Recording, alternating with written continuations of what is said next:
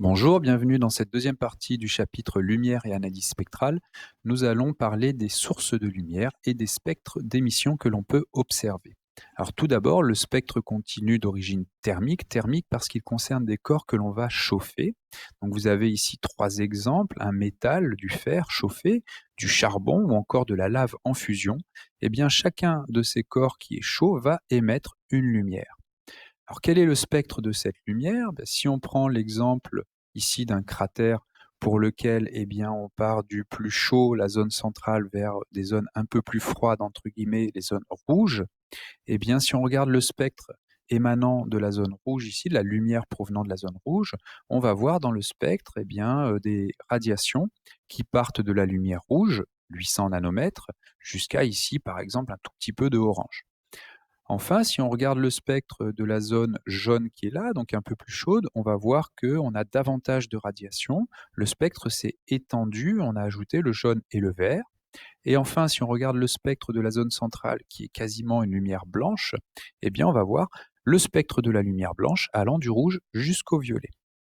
Donc, si on regarde les différentes températures de ces zones, dans l'exemple qui est donné ici, pour la lumière émanant de la zone rouge, en fait, cette zone-là est à une température d'environ 800 degrés Celsius.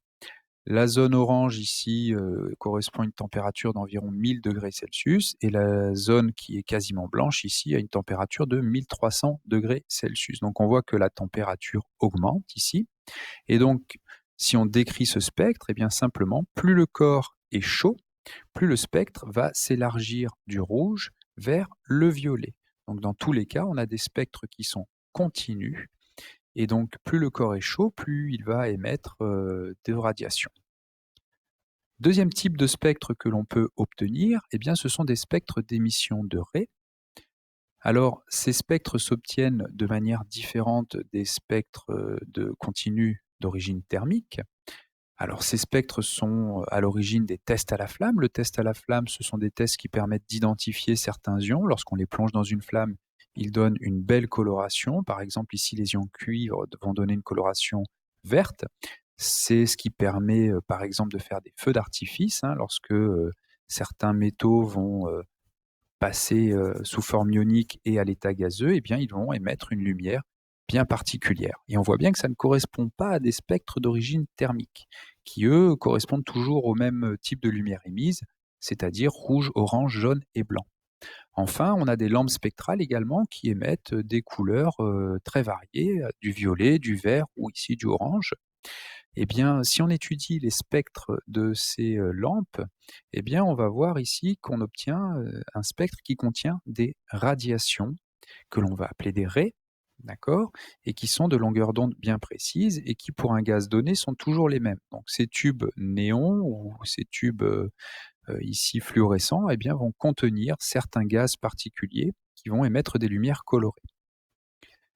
Alors par exemple, si le gaz contenu à l'intérieur de ces tubes, c'est de l'hélium, on va avoir un ensemble de raies plus ou moins intenses qui, au final, lorsqu'elles sont mélangées, vont donner une coloration ici orange à peu près pour l'hélium. Enfin, le sodium, pareil, deuxième exemple, plusieurs radiations, dont une qui est particulièrement intense, c'est la raie jaune ici du sodium, qui va donner une lumière jaune-orange en fonction de son intensité. Alors, ces différents types de sources de lumière correspondent en fait à des gaz sous faible pression qui vont être excités, donc soit chauffés, soit pour lesquels on va appliquer une tension électrique. Ils vont émettre des radiations de longueur d'onde bien définies. Le spectre présente des raies colorées sur fond noir. Ces raies émises sont caractéristiques de l'élément chimique. Pour un élément chimique donné, par exemple l'hélium, elles ne changent jamais, elles sont toujours placées, ces radiations, aux mêmes longueurs d'onde. Donc, on va pouvoir identifier des éléments chimiques en étudiant les spectres de certaines sources de lumière. En observant et en mesurant les longueurs d'onde de ces raies, on va pouvoir retrouver les éléments chimiques présents dans le gaz étudié. Alors, un type particulier de source de lumière, c'est la lumière laser. La lumière laser, si on la décompose, on verra qu'il n'y a pas de décomposition. On verra en fait une unique radiation apparaître sur le spectre. Tout simplement, la lumière laser et le laser sélectionnent cette radiation, une seule radiation, pour obtenir ce qu'on appelle une lumière monochromatique. Mono pour une seule et chroma qui signifie couleur en grec.